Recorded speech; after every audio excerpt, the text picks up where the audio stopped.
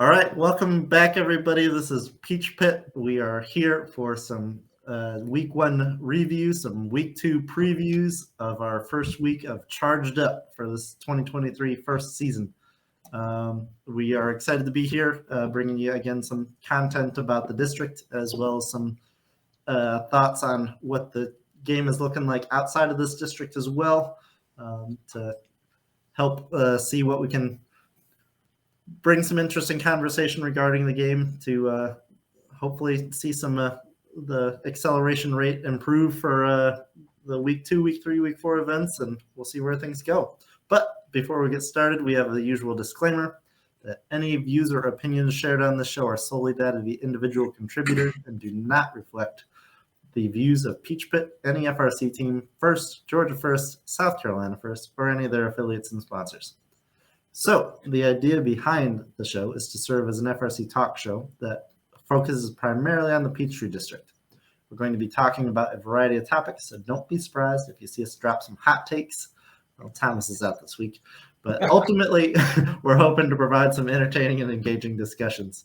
We'll go around and do some quick introductions for those of anybody who's a first-time listener. That I'm Kellen, head mentor for Team 1746 Auto. I'm Brian Carlson. I'm with 6829 in Night Robotics. I'm a strategy mentor there. I am David Allred, the CAD and drive coach for 4451 Robots Garage out of Lawrence, South Carolina. Glad to have you here. We're a couple hosts short this week, and as anybody who's been around over the years has noticed, that we kind of do a rotation based on who's available, who's who's not just gotten out of a long weekend of beating their head against the wall at a robots competition. I know there were plenty of teams week one that had their own struggles for a robot that might not have been ready or too many challenges to overcome. But we're happy to be here. We're, I think, blissfully ignorant about what this year's game is bringing, since none of us have competed yet, but we're working on it. We got David's team will be competing this upcoming weekend, so we got some learning to do. Hopefully we get some good conversation to get David's team prepped as much as we can for this upcoming weekend, as well as anybody else's team out there who's listening. But let's see, we're going to do a quick review of what happened in Albany this past weekend for our week one event. We had an awesome set of winners. We had 6919 as the Lions captain. Heads and shoulders above in that ranking game. A lot of consistency there. Wound up picking 1683 Techno Titans overall and wrapping up the alliance with 5828. Did a stellar job through the event as an alliance for their elims run. We had then finalists of 4509 was Mechanical Bulls. Yep. And then 4188 Columbus Space Program, 3329, and we did have a backup robot on this finalist alliance for 9086, I believe. Hopefully I got those numbers correct from the first page. But we then had a couple of our award winners we're going to go ahead and shout out as well. So we had, I guess the standing term is Kling Bling for 1683, the Techno Titans, getting a win at the event, as well as the Impact Award. So awesome work there, Techno Titans. It was easy to see all through the years for awards-based efforts. It's been awesome to see, but as well as then kind of the release content we had for you on the reveal episode. It was very evident that you were well practiced and ready to roll into week one, and the effort showed. So we then have a 4188 Columbus Space Program with their engineering inspiration win. They're a kind of a program that's always been there for either chairmans or EI. One of those very culture-focused teams that, again, does some awesome work. And our rookie all-star is 9260, which is our rookie from Bibb County, I think. But built for Bibb. But a awesome every bot by this team that was definitely among the top teams at the robot for game piece output, and a quality rookie out there. So way to go, 9260. All right, we're going to jump into some thoughts. We obviously had our fair amount of thoughts leading into week one about how this game was going to go. We're going to talk a little bit about what went right and what went wrong compared to those expectations that we had. But what are y'all's thoughts on how this game turned out compared to your expectations? I thought it came out of the gates really strong. I think it was Quals 2, or was it Quals 1, when 1683 came out and put up hold on. I think they put up 6 or 7 cycles to their first match. Yeah, it looks like they put up a score of 77 Yeah, they were. But as we said last in the reveal show, you could see that they were well prepared and practiced. Yeah, something that a lot of us could take to heart. But put together robot well practiced is going to get you a good bit of it. Yeah, the one. So a couple things that I saw. One was when you're coming in on the charging stations, you can definitely push that flap down and push it away from you. So be careful of that. If you come in a little faster, it may be some teams are like 69-19. They, when Auton would go easy over the charging station. And then their second match, in the first match, they tried going up it and they had a problem. In the second match, they tried doing it again and they then flipped around and went up backwards because a lot of our robots are really weighted towards the back because we're trying to extend out forward. So those are kind of the things that you might do like they did. They saw they had problems and started going backwards and it became easy for them. Yeah, it was definitely noticeable at the beginning of the event, the amount of teams struggling. More specifically in autonomous for just running their bumpers into that wedge on the charging station and knocking it flat or just not being able to drive up. So like you said, that was a obvious learning point, and I'd be curious for those teams that did figure some things out if it was largely that the team version of the bridges might not have been as accurate as needed. I think there is some good news in that the charging station on the practice field, I think, is the spare one from the real field. So that'll be helpful for teams practicing. But I imagine the practice field is going to be really busy at the beginning of events for teams trying to get familiar with that balancing routine, as well as then like the first couple of matches at an event is like, all right, how is this actually going to work? So hopefully teams, I guess, will be more ready for their second event as things roll around to just have things tweaked and tuned and be ready for their first match. And that's one of the things that has me concerned is, the field elements or the team field elements for the charging station are a lot different than the competition ones. We bought the Andy Mark hinges, so we got the same thing there. But it's like I was reading the instructions, and they're like, by the way, you might want to add 30 pounds to each side and stuff like that, and very very much makes me nervous how it's going to really behave. And I hate to have to I was talking to some other mentors out there, and for just somebody posing the question of how tippy is the actual bridge in comparison to the at-home one, and they said it's tippier, and if you're balancing, you want to go nice and slow. That for anybody who's adjusting those PID loops for all right over is just on that initial creep up. If you can as slow as you can go. I don't know if it's worth starting slower and then ramping up to see what you can get away with. But starting a little bit slower and that's one of the things that Mechanical Bulls did really well. They would get on the main platform, and it'll literally take them almost 4 to 5 seconds to go all the way to the center, and then you just keep crawling slowly, and then it'd fall right. And that one's a lot better than trying to do this and Going back and forth. I talked about it a little bit. I'm trying to remember if I mentioned it on the show or not, but I really like the idea of programmers out there coming up with a full 15-second bridge balancing routine in which the robot was intentionally programmed to just go back and forth just to show their chops, without telling their drive team about it. So just to make the drive coach panic. Thank you very much, Kellen. Oh, exactly.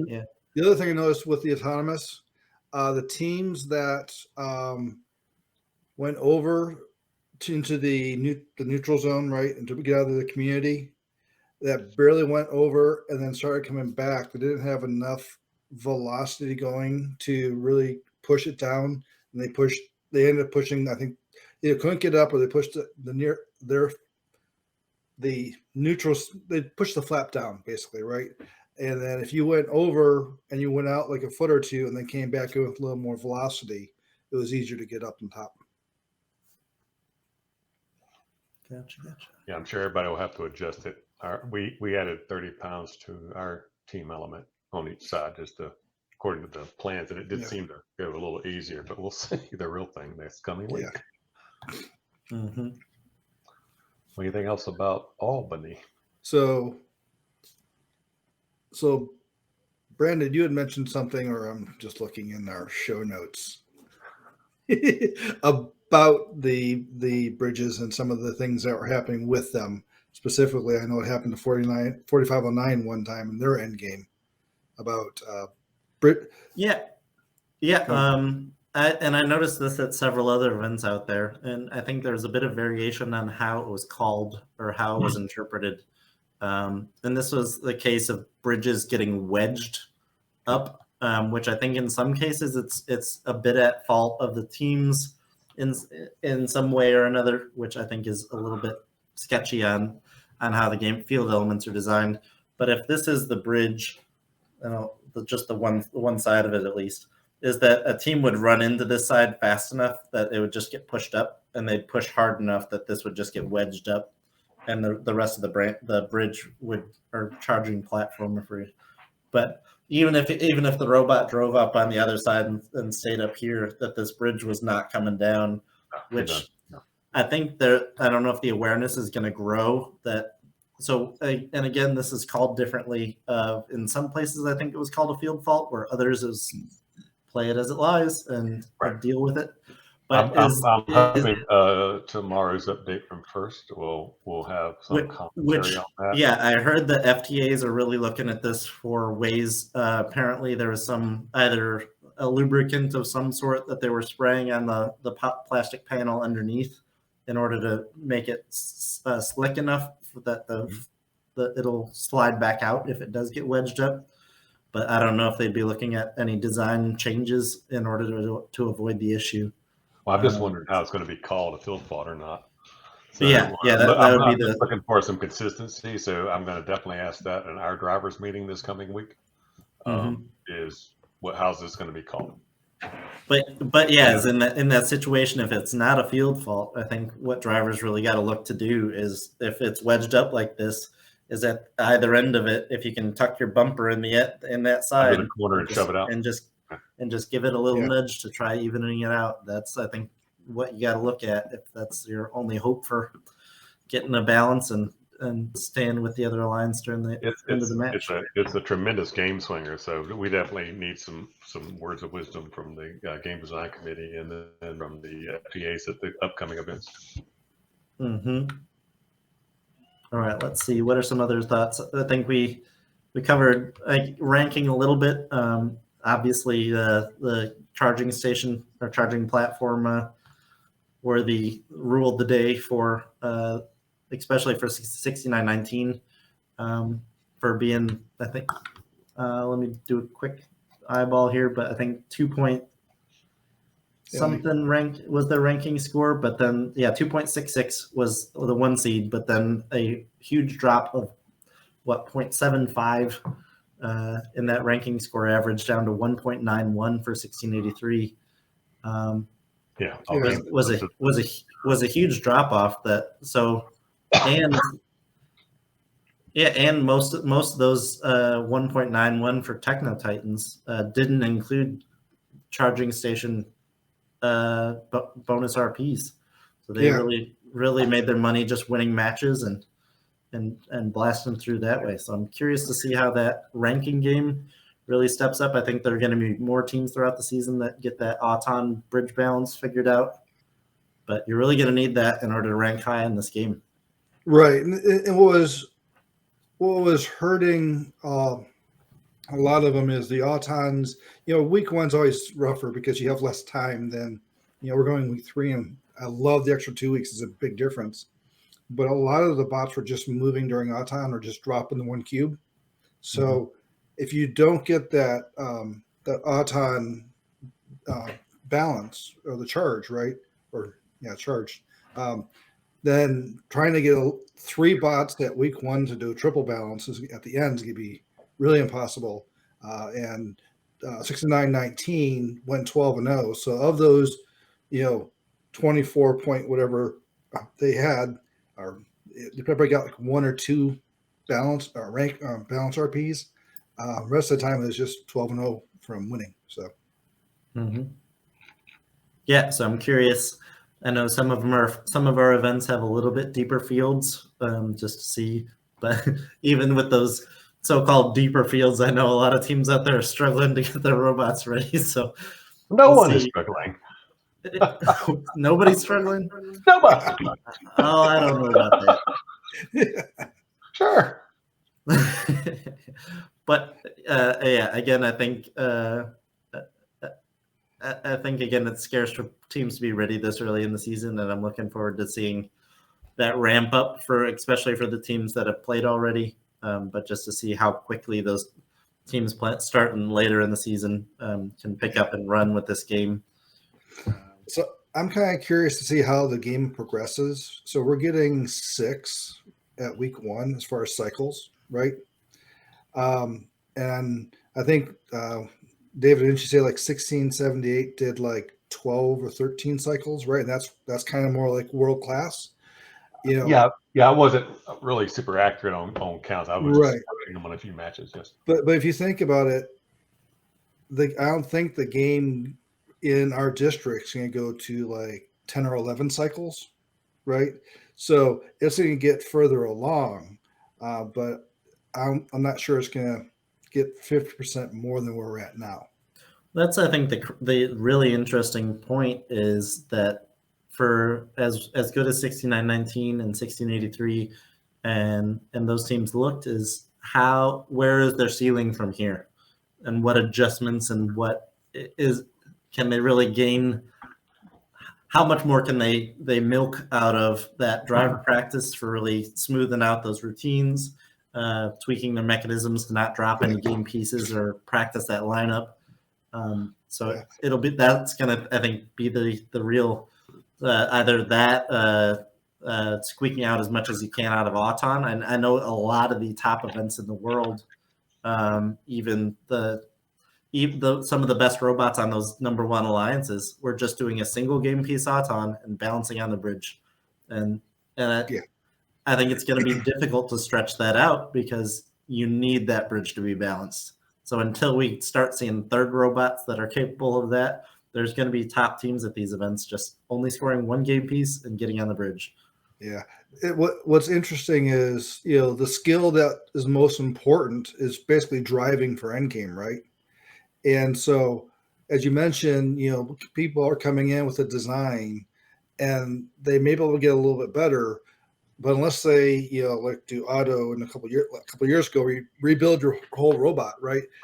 You're going to get a little bit better, and there's no second task that you can evolve in. Like last year, we did a mid climb, we started adding a high climb, right? And so now there's less for you to iterate on.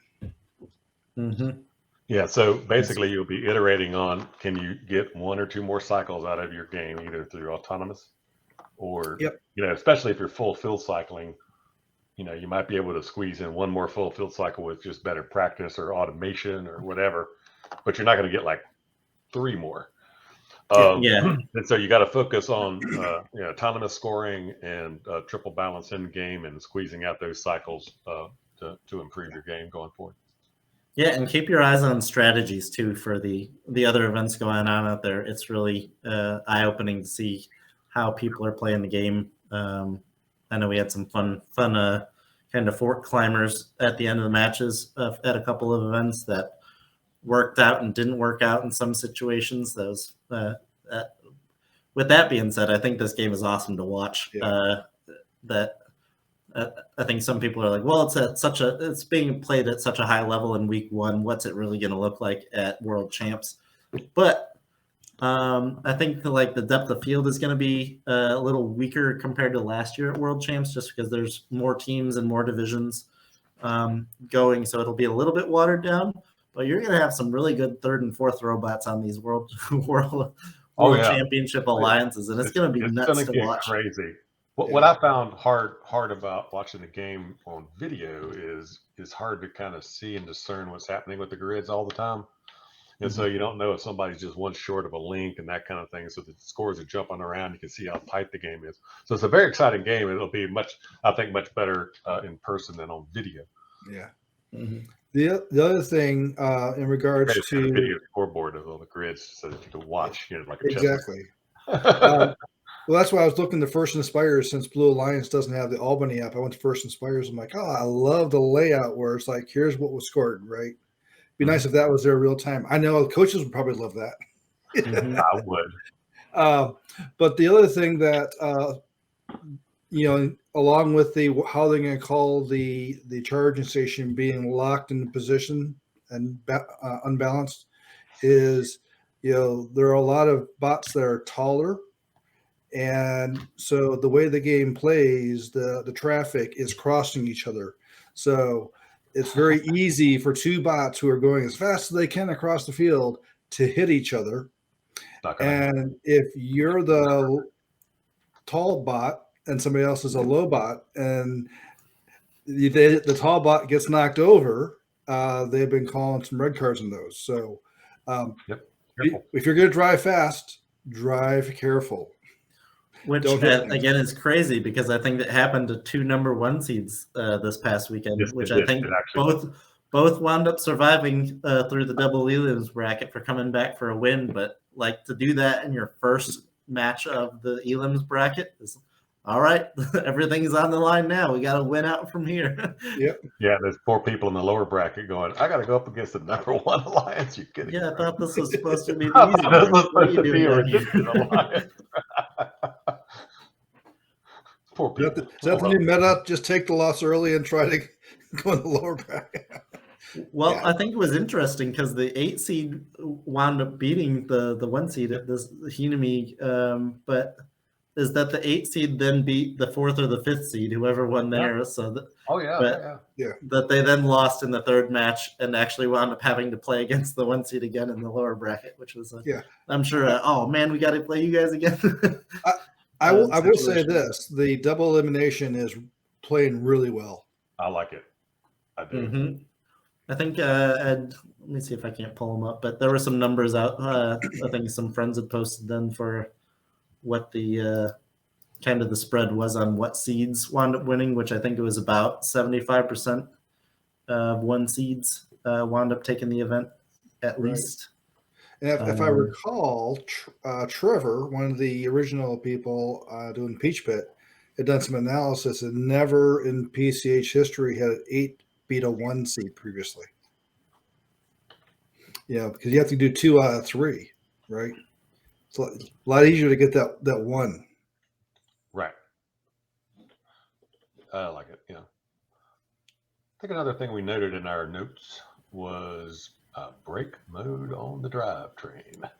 So we put our drivetrain in brake mode, and it sticks pretty well to the bridge if the bridge is tilted. So pro tip, if you've got brushless motors, or even brush motors, I guess would work fairly well. Put your drive motors in brake mode when you're on the bridge. So get something for your software team to do. That's the other thing. If it's 5 seconds left and you're not at least halfway on the charging station, stay away. Because I saw some people coming in at the last second, right, and trying to get on there, and they tipped it, and then the one on the charging station wasn't in brake mode because they were level. They didn't need brake mode, but now it became tipped and they rolled on off. Rolled right off, right? So I'll let y'all know next week after I have a weekend of coaching and let you know how it is behind the wall. That's what I was hoping we would have a visitor on from the Albany event to talk through that. But it's going to be fun behind there, coordinating all that. Yeah. Every qualification match is more like an elimination match because you got to coordinate your partners a lot. Yeah, more. it's our coach is going to be more engaged in the actual game than he normally has been, because he's going to have to know where are we going next, because the driver and manipulator can't really pay attention to their grid, right? And so it's going to actually have a little bit of a dynamic. Another thing, pro tip. If you're coming into the single substation, and if you come in perpendicular, so your intake is facing the substation and you're waiting for the cone to come down, picking it up. I saw that where teams were waiting out in the neutral zone trying to get into the double substation, and they couldn't get there because it's blocked. So be aware of when you're cycling that to stay out of everybody else's way. So if you come in, parallel to the sidewall instead of perpendicular, it's going to be a lot easier for your alliance partners. Good tip. Mm-hmm. Yeah, I think that was something that was easy to note right off the bat when this game came out, is that traffic patterns are going to be a big deal, especially when alliances are trying to have more than two scorers moving in any given point. And even with two scorers, I think there were some alliances that just pretty much broke it down the grid from left to right. I forget if David, you had mentioned this, for just 2056, this is your side of the grid and this is my side of the grid, and we're just going to filter to the same side of the charging station every single time. Yeah, that's what the Jack in the Bot Alliance did as well. The high name report ones were a little more dynamic than that. But they had some fun strategy for their third bot, just shuffling game pieces into that was very effective. The wire bump side that for 1678's first couple of cycles is they defaulted just flying over the bridge, just to avoid the third bot and the game pieces that were in that wire bump zone.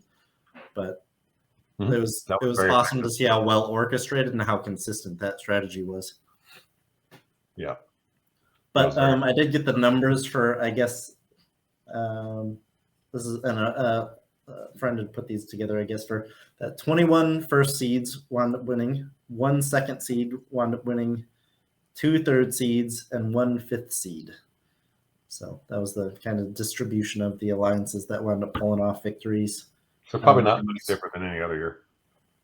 Yeah, not too different. But I guess it'd be curious to see. I think it was interesting to point out, at least, that the couple of 1 seeds had to do it the hard way. For going the long way around. But yeah. So some numbers on Albany, just to sort of see where you what the game was at and what it kind of takes to need to sort of try to win. The average score was 53 of all the matches. And the median score was 49. So if you can get about 50, you can basically have a 50-50 shot to at least beat somebody down low, right? And then the 70th percentile was 69 points. So if you're getting in the high 60s, low 70s, you'll be ranking fairly well.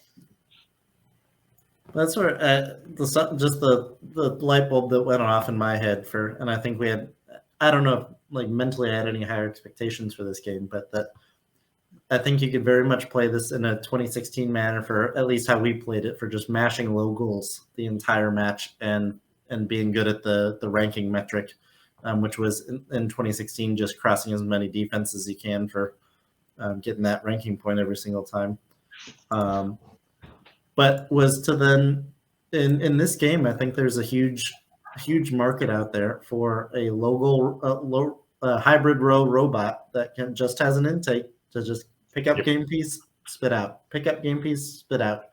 if you can do that for that whole or nearly whole hybrid row, because all you're doing is intake, outtake, and balance on the bridge at the end, you are a threat in this game to rank really well, and put yourself in a good spot for the tournament. So Yeah, I drew a robot like week 1 I call it Zippy. That's just a cube robot that scores low.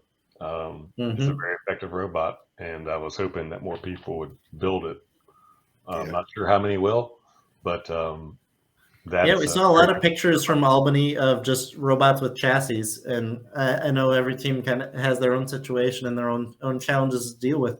But if you're one of those teams, or you can provide guidance to one of those teams, if you can look at like a 4468 from 2016, they just had a robot wide horizontal roller kind of setup that if you can figure out the right dimensions for pinching a cone or a cube to just intake, outtake, you're in a golden position to contribute. This cube with a top bar just sitting on it will stick to you pretty easily, and it won't roll. You just have to be able to power it towards you because it is a beach ball, so you can't hit it. You've got to pull it. But if you pull it and pinch it against your bumper, you can shove that thing 1.5 miles with your drivetrain. Yeah. All you need. If you think about it, the more the game advances, they have to do the low goal, right? They have to, because you run out of the top and mid, and now it's who can do the bottom one. So in most games, you're always just doing the high scoring action over and over and over, and the lower scoring action becomes less valuable as the season goes on. But they need to get all 27 filled. Yes. But that's the other thing, is that low goal robot, you're contributing to building links, and at some point during the season, I'm hoping that starts contributing to getting some more of those ranking points like we're talking about. So so I think it's very much a case of what Kyle Fender would be shouting as loud as he could: play the district. If you can get ranking, if you can get those district points by seeding high, getting further in the tournament, that you're putting yourself in a good spot for district champs. So. And everybody falls in that trap, right? Cone and high is what you want to do. Nope. Well, all right. So you want to get as many game pieces as you can, not one cone high. You want to get 8 low. If you think about it, 4188 had a bunch of mechanical problems this past week, right? And all they did was, because they could add value, was go low and push them in low, and they ranked well because they're not getting high scores, right? And so just doing that, they're pivoting after like 1 or 2 matches and just pushing them in was important. Yeah, you've got to.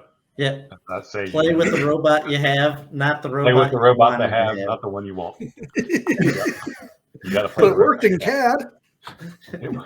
My robot is great in CAD. And the code compiled. What's wrong here?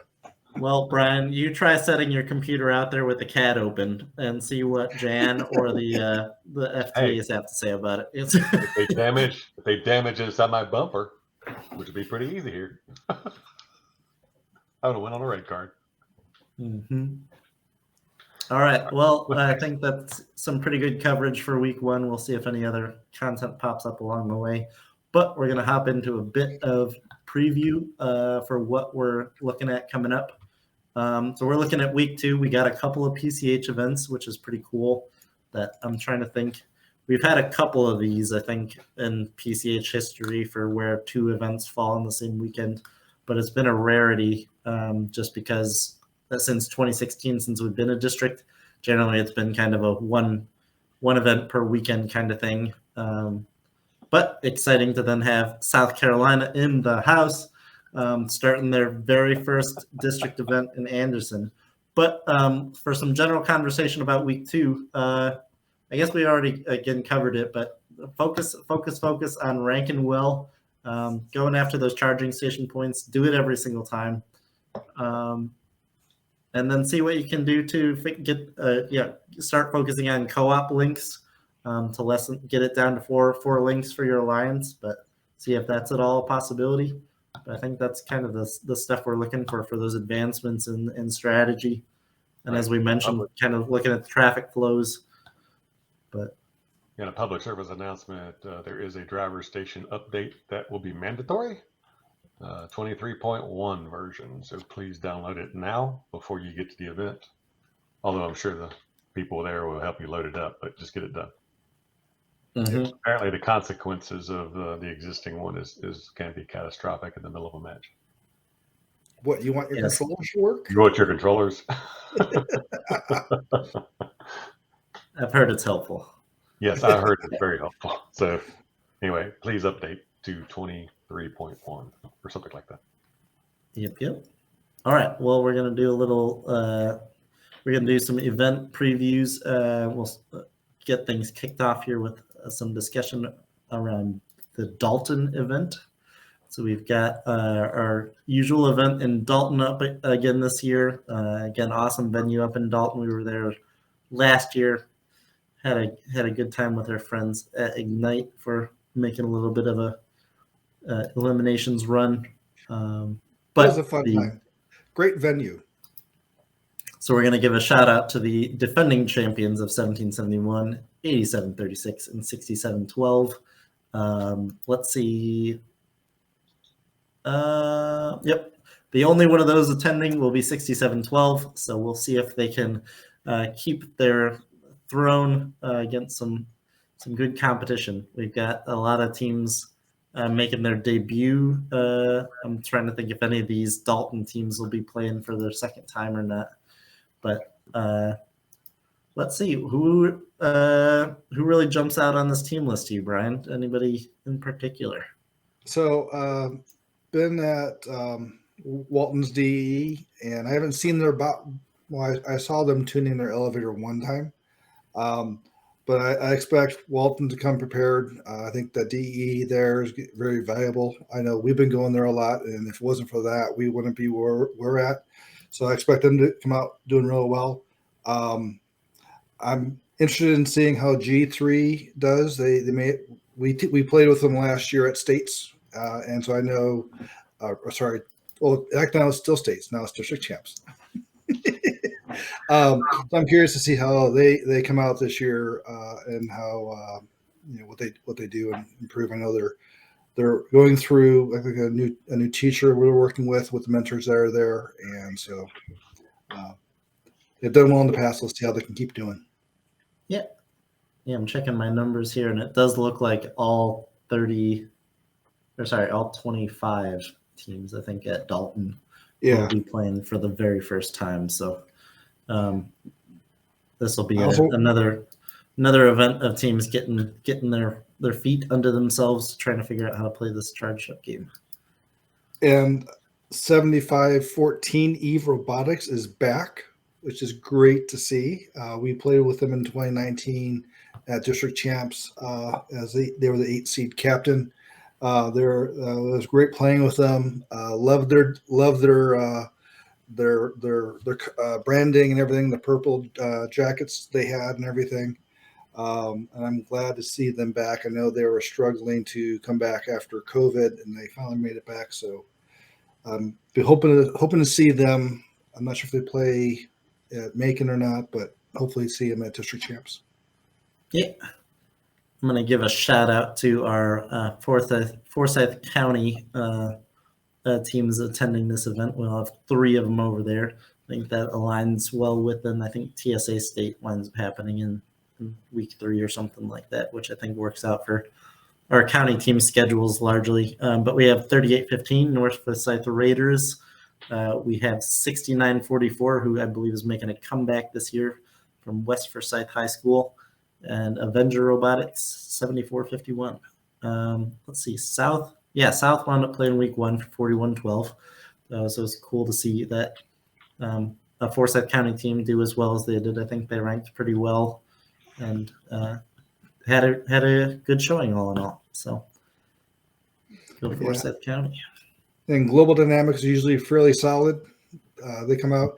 Yeah, I think back at the simple bot they made in 2019. Just basically, we're going to play defense and then climb at a level 3 at the end, and they ranked really high. I could see them taking some of that simplicity that they've done, and this year, especially if you keep it simple, you can make your life a lot easier in trying to execute. So, yeah. Speaking similar strategies from last year. We have then 6340 and 6705, who were really those traversal climb specialists that really did well in seeding, and it'll be interesting to see what they come out with as well.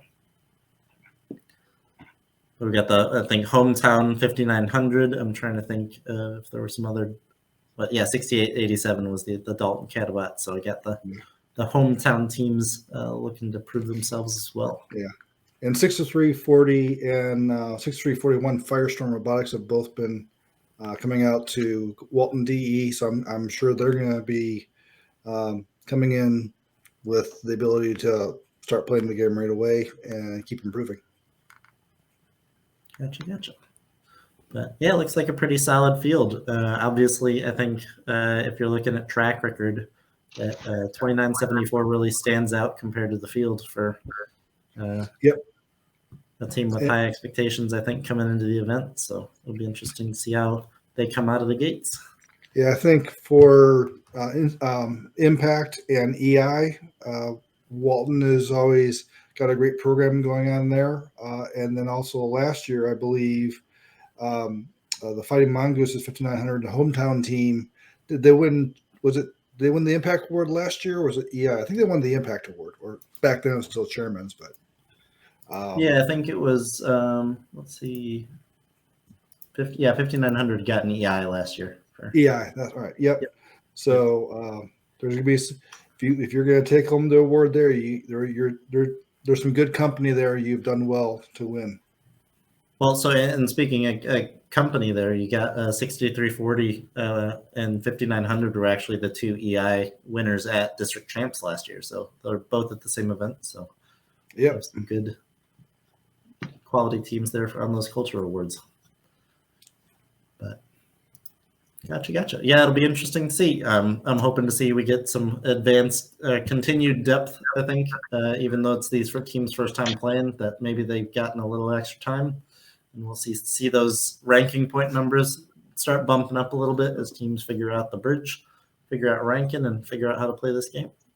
Yep. But all right, with that being said, we're going to kick it over to David for our very first South Carolina Peachtree District event preview. I can spell South Carolina most of the time, but that's about all I have. Just do SC and you got it. Hey, so I got a couple things to say here.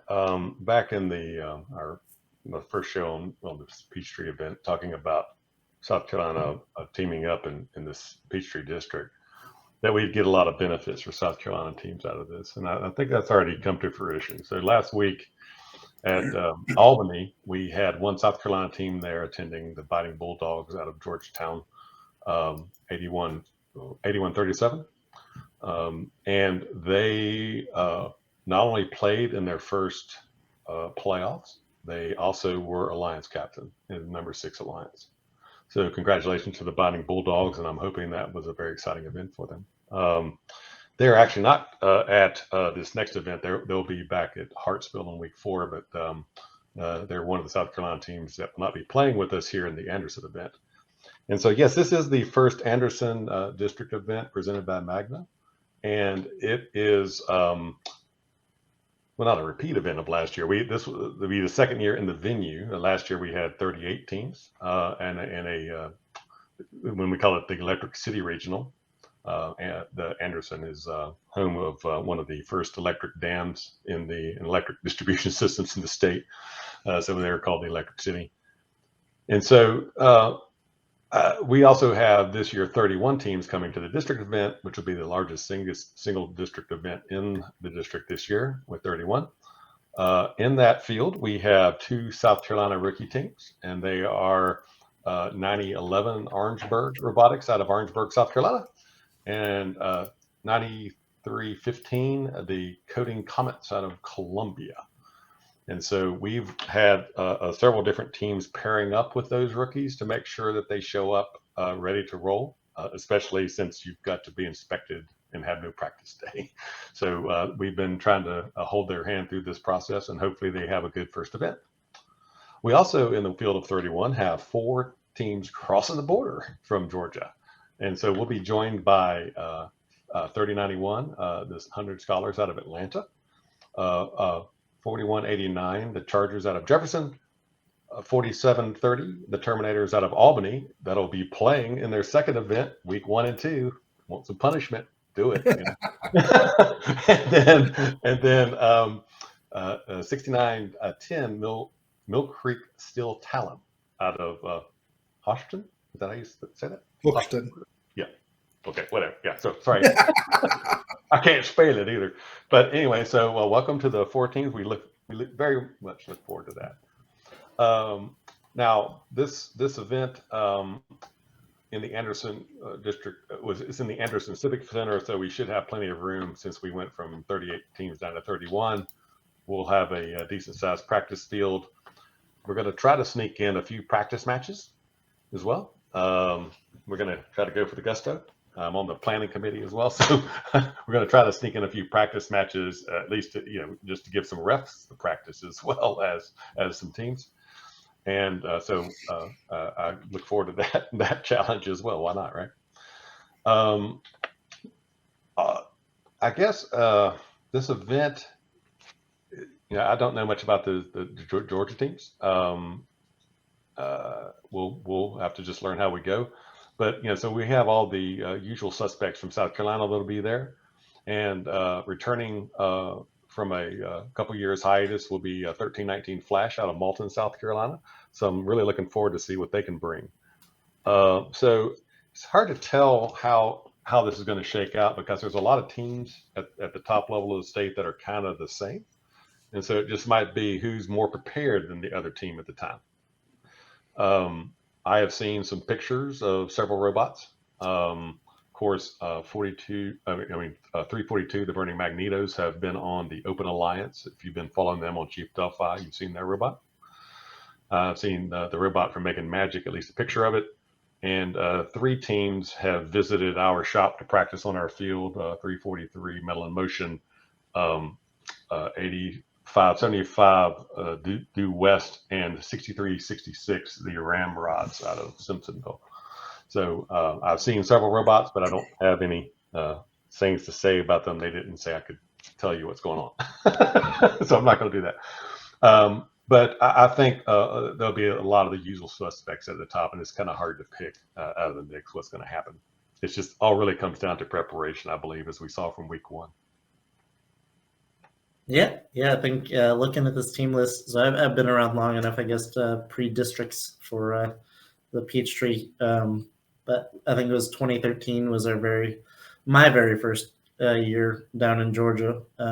But very first year with them, 1746 as well.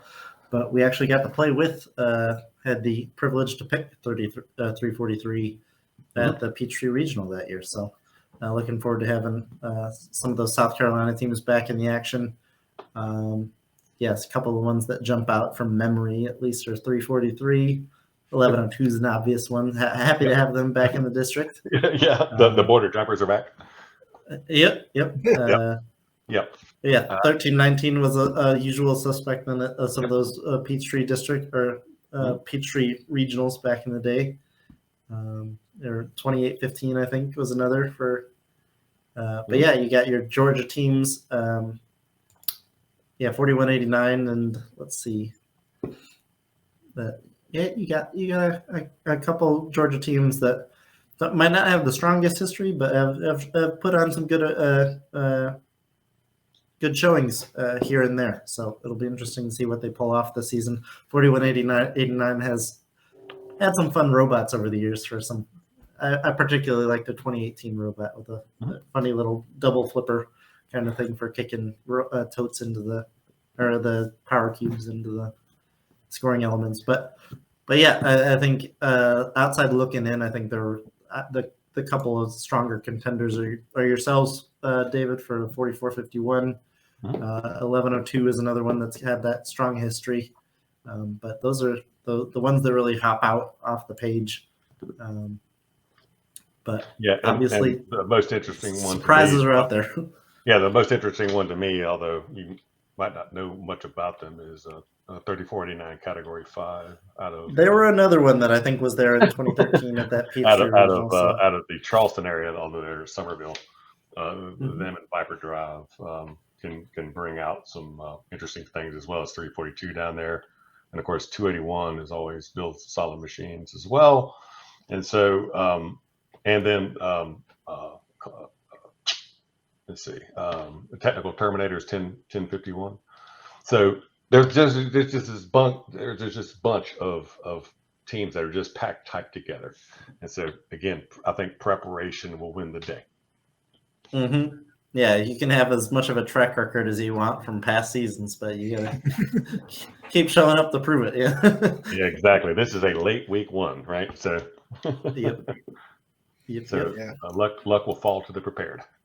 Yeah, it'll be interesting to see when we start getting to week 3 and teams get one competition under their belt and starting to iterate and see where the game gets going.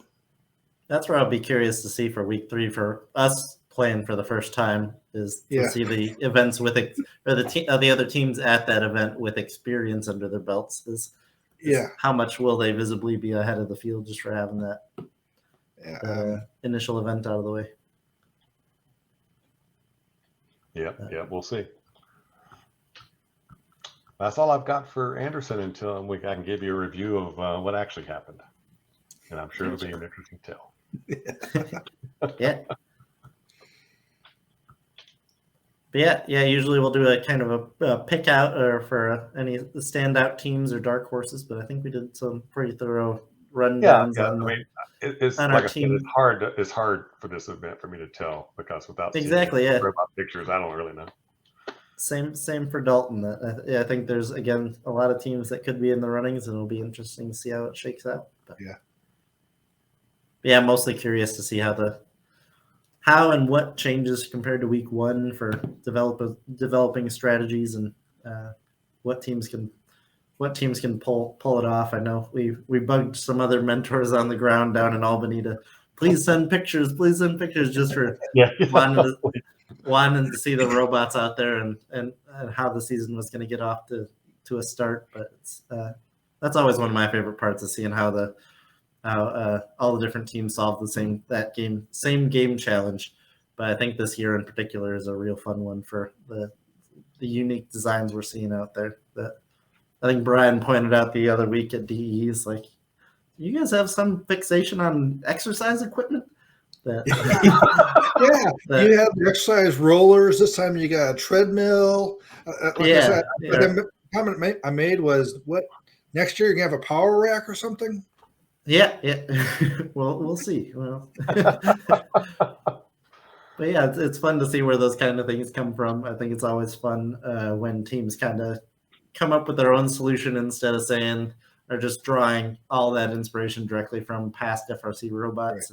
Right. Because you literally bought a treadmill and used the belt, right? To be fair, we did not buy it. It came from a student's house. Apparently, it's potentially up to 10 years old. We don't know, but we bought these silly alligator clip things because we had to cut the length of the treadmill in order to make it the right length. But then we bought these alligator clip things that clip into each end, and then you put a pin through that. Yeah. We had this thing all dialed in. We had taken apart the actual treadmill, so we knew how the tensioning and everything worked on it. But we go and run it the first time, and this metal alligator clip thing snags, and the seam just winds up ripping apart, and we're like, oh, there goes that. But we had the fortitude to kind of just shake it off, and we're like, all right, what's the solution to this problem? And that solution wound up coming in the form of a student taking the treadmill to a local upholstery shop and just stitching the thing. Or we had a student say like, "Oh, I can take it home and hand stitch it."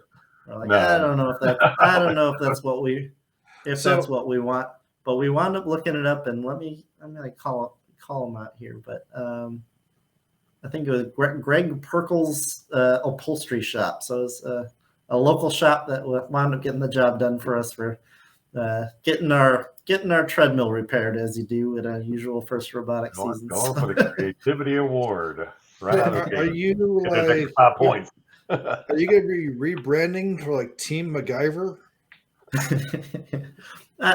So I grew up on a team that was from a small town of 3,000, very much a agriculture farming community. But my dad grew up on farms, and very much a generalist, as he calls himself, but he's very thrifty when it comes. So we were building our robots back when I was on the team from 05 to 07, but we'd have like aluminum roller tubes that came out of any plotter machine that he's an architect, but we wound up taking apart these plotting machines in order to get these aluminum tubes. And obviously there weren't as many COTS options back then, but we had a dog toy on our rookie robot, part of a kitchen sink.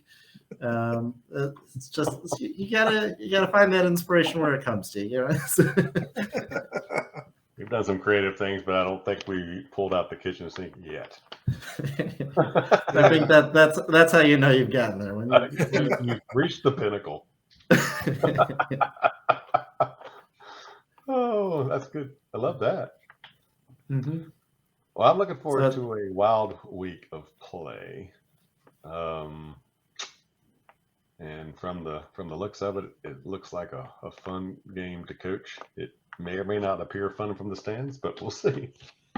Yeah, the stress levels, we'll see where they're at but yeah, I think it'll be fun to watch. It'll be hard to pick out which event to be watching. Obviously hard to watch everything out there, but I'm still waiting for those Hinami finals 3 and 4 matches to come out. I don't know if they're on the blue lines yet, but that finals 1 match at Hinami, that was something.